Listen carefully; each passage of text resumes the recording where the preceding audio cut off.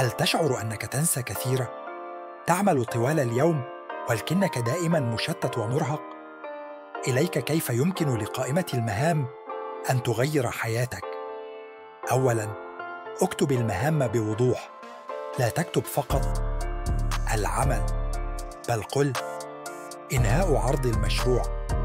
كن دقيقاً فيما تكتبه. ثانياً، رتب المهام حسب الأولوية. ركز على المهام العاجلة والمهمة أولاً، واترك الباقي لوقت لاحق.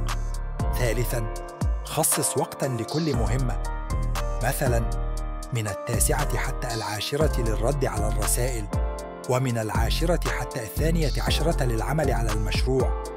بهذه الطريقة لن تضيع وقتك.